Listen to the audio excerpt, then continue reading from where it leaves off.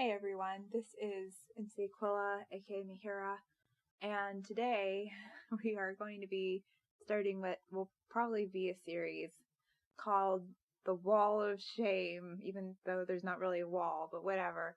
This is basically about projects that I have tried to do and thought I was going to do, and I thought they were going to be like my big thing or whatever, and then nothing happened. They did not go through. So I know that this happens to everybody, but it seems to be happening a lot over the past couple of years to the point where it's almost getting ridiculous. I know I'm assuming it's probably just a part of my creative process, but it does mean a lot of time is being used that I'm not seeing much return for right now. So, in order to, make it funny and also just kind of reflect on the things that I did like and the things that I did learn and maybe commiserate with anyone who's having the same problem who's watching this. I thought I would, talk about the ideas that didn't work out. And also, if you are not in this situation, you can be like, wow, she's really bad at sticking with our ideas.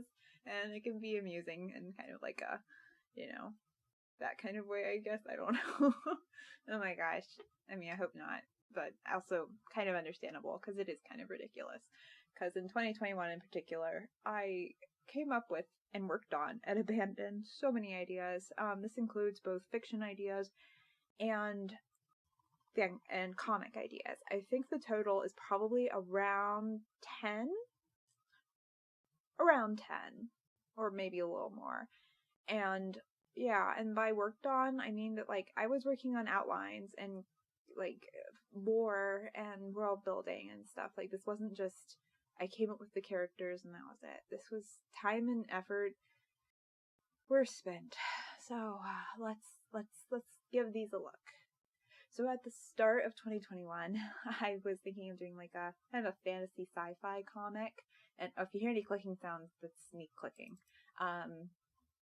Because my computer won't let me record stuff and do movies at the same time.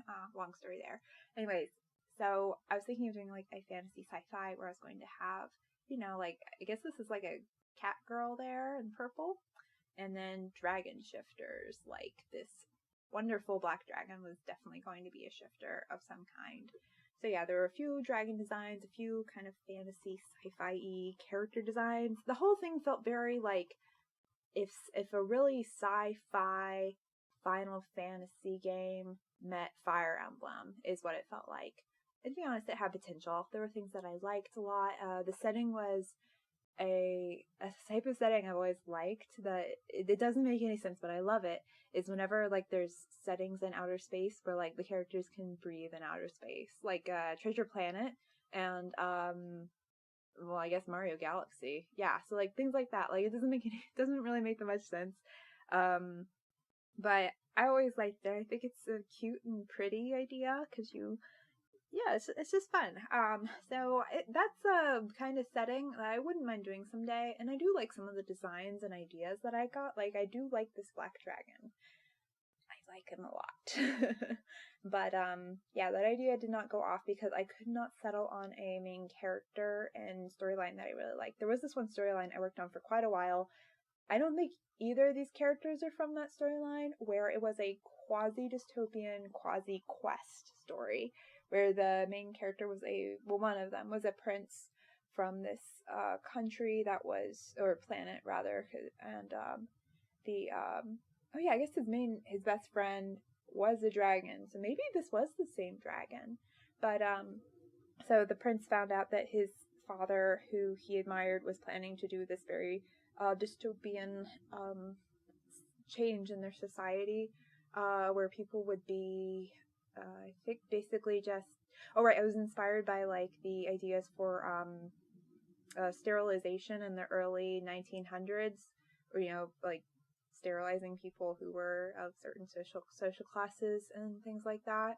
Because I think a lot of people equate the ideas of sterilization and eugenics with racism, and that was absolutely that's absolutely a thing. But it also has to do with just how to put it, I guess classism as well, and it's terrible. Still a thing worth talking about because the issues of racism and classism, and as well as like just some ideas of the eugenics of that time are still like present and a part of our society and things like that. And like, not to say that I wanted to do something preachy, because I remember working on this and I was like, I do not want this to become preachy. Like it was pretty heavy. Maybe that's part of why I abandoned it, because I remember I liked the prince character. I love dragon shifters, so I loved his dragon shifter friend, and I think there was also like, yeah, there was a lot of things that I liked about it, but I think it was just too heavy. It's a lot to write about. It's a lot to do a comic about, especially. So yeah, there's some things that I might return to someday. But I think that the storyline was just getting a little too intense for me. And coming back to that, I think that in general, dystopian just isn't something that I'm super keen on personally. I like stories with dark themes when they're handled well, but dystopian tends to be just a bit too much darkness all the time. And I totally understand that sometimes that is exactly what a story needs, but it's not my personal cup of tea, generally speaking. So yeah, so this did not, I worked on these concepts for, I think up to around February, before I was like, this just isn't working. So around February, I still wanted to go with the, let me see when this was made. I guess it was, yeah, early March would be a better time. I still wanted to go with the idea of a space fantasy. So I have always loved the idea of a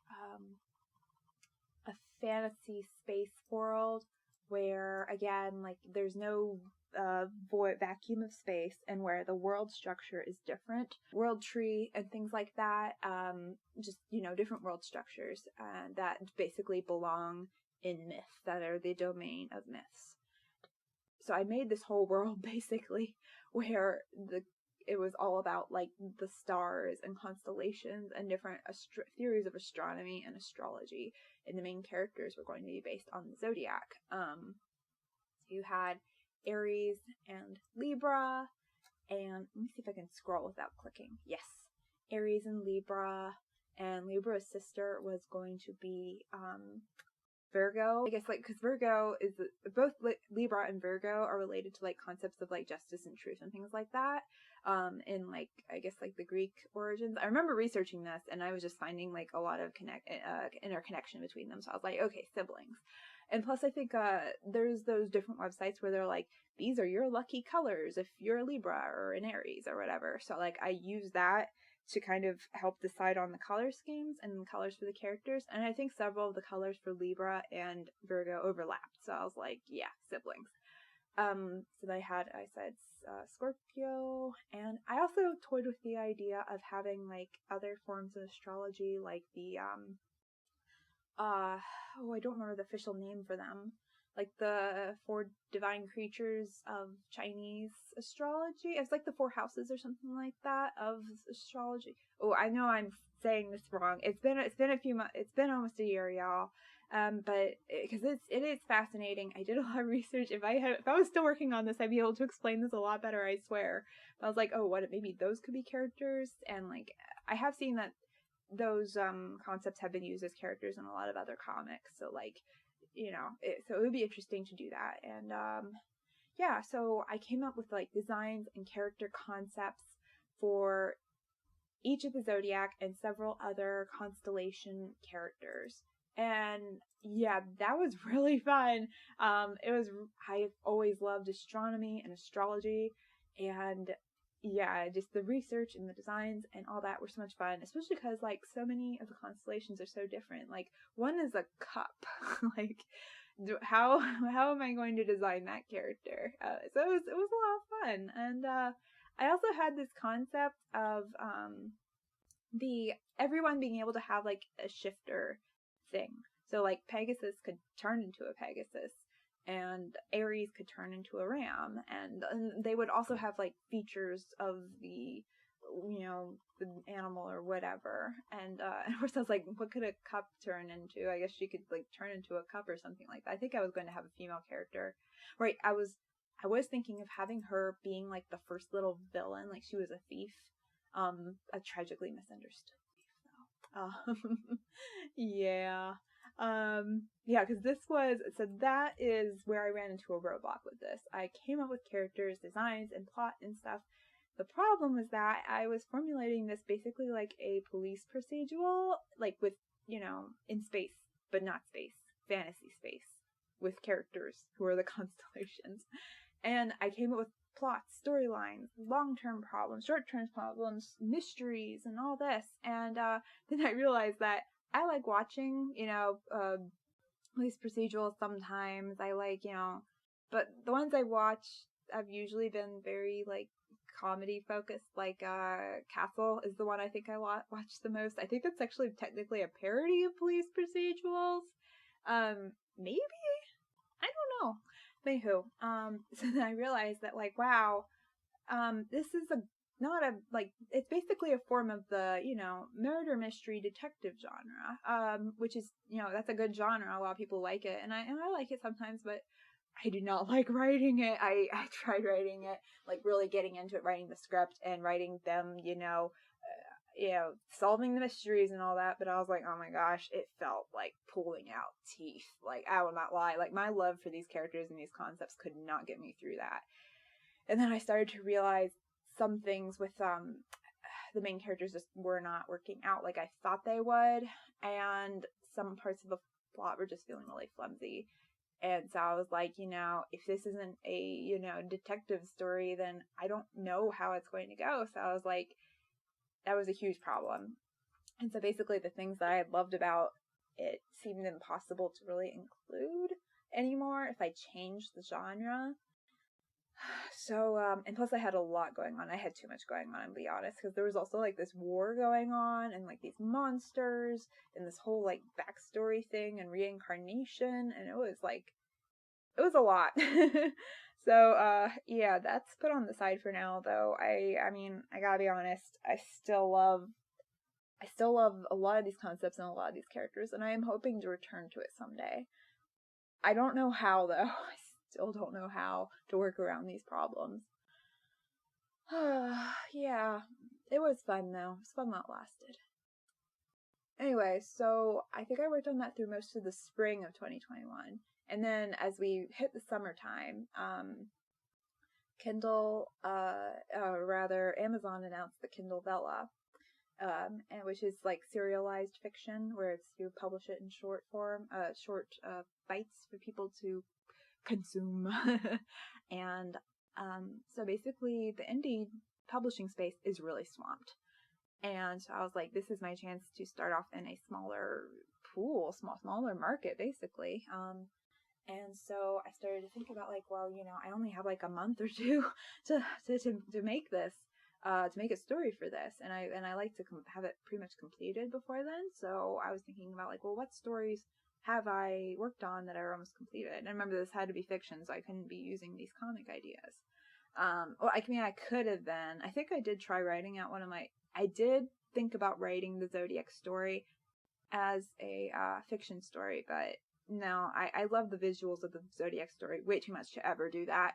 Anyways, so I was like, well, I did work on this, basically this trash story, oh my gosh, back in, I think, 2019, where it had like, oh, it's so tropey. It's like the banished princess who was banished to another world, and she comes back to that world, but she has amnesia. So it's like a story where the character from our world is entering a new fantasy world, and she meets another princess who is her cousin and has powers and magic, and they go on fun adventures, and sometimes it gets dark and sad because there's a cult. Dun dun dun. I made like world maps. I wanted this to happen. There was a while there I was working on this so hard. Very, very, very focused on working on this. I wrote a lot, y'all. I wrote a lot. Like, there are chapters and there's so much outline. Like, I don't even want to think about how much time I spent on this, only to never publish any of it. Oh my gosh. Yeah. And I still do like some of it. I really like the cult. And I really like the cult's connection to the main character and her cousin and like their backstories. And I really like the magic systems. There's a lot I really do like. But again, I think that this comes back to the problem of like being like too big. That is a very common thing I have where I'm trying to do way too much in one story. Whenever I'm thinking about these 3 stories so far, so there's the sci-fi one, the Zodiac one, and then this one. I think that the Zodiac, no. The sci-fi one was actually the most self-contained because it was focused primarily on that one planet and the royal family and the drama between the king and his son, and then also the mysteries involved with the dragon shifter best friend guy. So yeah, that was actually the best one, I guess. But I still like this one a lot. I don't know. This is another one I hope to return to someday. It wasn't too dark, but I was making things a little too hard for the heroine. Was a problem that I ran into because I have problems with making enough tension, and to try to make enough tension, I basically made things impossible for her. So it got to the point where it was like, this girl's never getting a break, and like, will this even be fun to read about, you know? So, yeah. So, after this, though, I did wind up working on and publishing the Clifford Spock incident with Kindlevella, which I had completely written that book, and I had edited over half of it in 2020. Yes, summer of 2020 is. And, yeah, I'm kind of amazed I didn't think of that first before trying to write an entire new book series. So that worked out pretty well. I love Clifford Spock incident. I love the characters. And yeah, so all's well that ends well, I guess. But I'm still kind of sad that this story didn't see the light of day last year. You know, maybe someday. It just needs work. And before I move to the last story that we're going to talk about, I think that a thing with whenever you've worked on these many stories in 1 year and you've spent, and these aren't even all of them, y'all. There are some that I left out. Like I said, I had at least 10 that just I worked on a lot and didn't work out. And if you work on this many and it doesn't work out and you don't see results from them, it's like, it gets really discouraging, I'll be honest. Because it's like, well, yeah, I mean, I guess I could spend more time to try to fix the problems with the Zodiac story, for example. But, like, what if that also doesn't go anywhere, you know? And I know that that kind of pessimism is really terrible. It's not very productive either, because if you start off thinking you're going to fail, the odds of you failing are higher because you can wind up self-sabotaging yourself. Just, at least that happens for me. Whenever I start off from a bad place, I tend to not put in all the effort that I should. Yeah. 2021 was a strange year creatively for me. Anyway, so later on in let's see when this baby was made.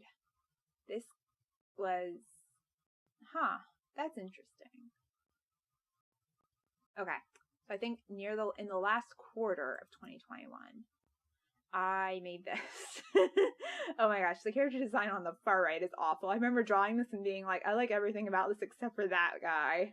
I mean, the rest of it, just ignore him. The rest of this is wonderful. I love the title of this was Drunkle Dunkle, which I think, yes, oh gosh, I can't ever, I'm not gonna pronounce this right. It's a Dunkle, I just call them Dunkles, okay.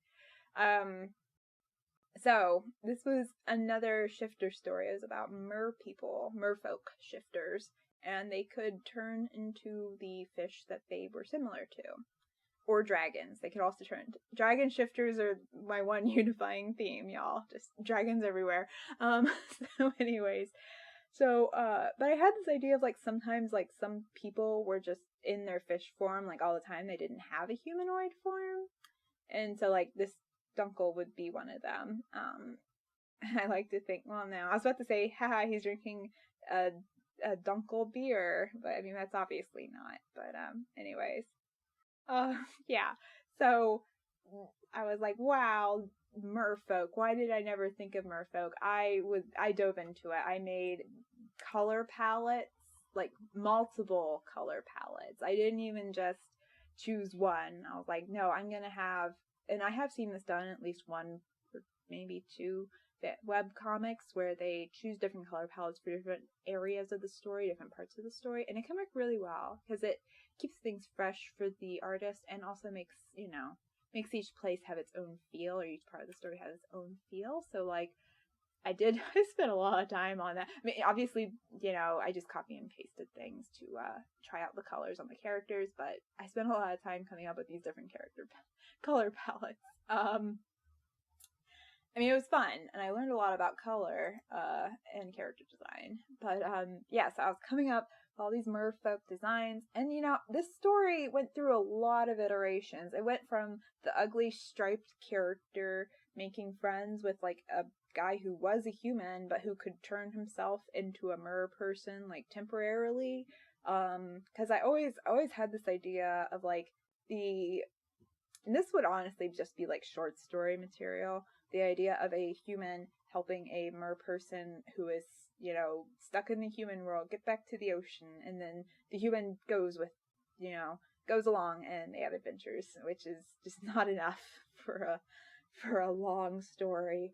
But so anyways, but like it went from that to being like this whole like semi coming of age, not really coming of age story, but like about like a mer war, again, like ocean monsters and shifting and different species and orca tribes and just and deep sea trench stuff and just all this fun stuff, and things were resolved through a mix of giant sea monsters and like unlikely friendship, which is just so much fun. And there was also going to be a what was it called? That really cute little guy. Oh yeah, the spiny lump sucker or whatever. It is the cutest thing in the world. Well, at least the babies are. They're so cute. Oh my gosh. So anyways, yeah. So like I worked on this a lot, and I loved it. There are things, designs and parts of the art and stuff that I still really love. Actually, I think I was working on this before the last quarter of the year. So yeah, let's just say the autumn of the year I was working on this. Oh man. Yeah, there were things in this I love so much. I love the ocean. I love I like mer designs. I like doing that. Oh, and plus it was really fun to like draw characters without having to worry about their clothes, because they're mer people. Like their scales and all that are their clothes. Like they can have some accessories, but aside from that, you don't have to worry about it. It was so nice. So nice. Yeah, but this wound up not like, okay, I really thought, and this is a wrap up soon. I really thought this was gonna go somewhere. It was to the point where I had like these scripts and outlines and stuff, and I had like almost basically the whole story hashed out clearly in my head. And I even made a file in my so like every year I make a new file for the new year. So like in my 2022 file, I made a file for this story. I was so confident, like this is going to be my original comic that I start this year in 2022. But there was this problem with the opening of the story, as well as some of the key points of like the war and the conflict and the monsters, that just didn't really make any sense. And the thing is that I don't think it wasn't a case where like it was too big or too dark or anything like that. I think it's just that like I hadn't really thought about whether or not like some of the stuff that some of the things that like some of the villains were doing actually made sense, And yeah, I think that this one's like a maybe. Like maybe I could fix this and it could be a really nice little comic. But maybe it wouldn't work, and maybe it's like too tropey, and maybe no one would read it because it wouldn't be a romance. Like that was something I noticed when I was looking at just trying to find comparable titles of looking up other merfolk comics on different comic websites, hosting websites. Everything is a romance. except for maybe like one or two of the hundreds and hundreds of Merfolk comics.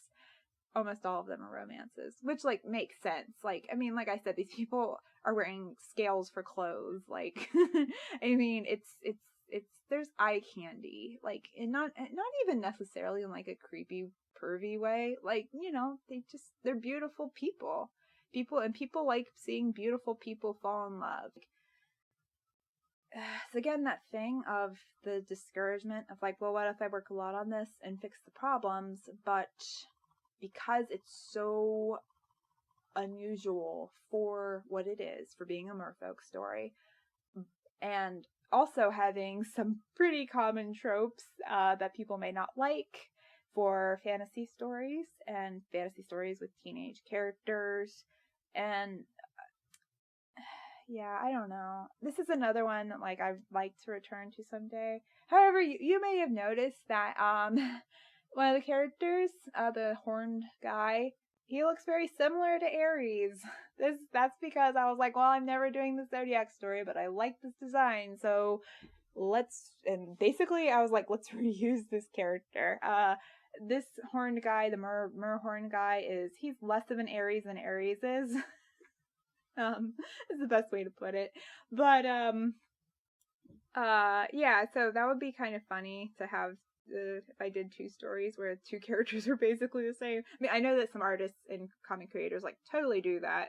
That's like a thing even for some of them. And I guess it's not necessarily a bad thing, but I don't know. I have that feel of things being too samey. Good gracious. I have that fear of things being too samey. Anyways, have you ever spent a lot of time and energy and work on a comic or project or story that just went nowhere, or you ran into a problem that just seems to be insurmountable, and you may just have got nothing except experience and knowledge about your creative process and what does not work for you, which is valuable. But it's also not a project that you're sharing with everybody, that you're using to build an audience and stuff. So it's a thing. I don't regret working. I regret that these stories didn't become a thing that I could be working on and publishing and all that. But I still like things about them, obviously. Yeah, if you've never run into this problem of having a wall of shame of incompleted projects like this, good on you. Good on you. So, y'all have a great day. Bye-bye.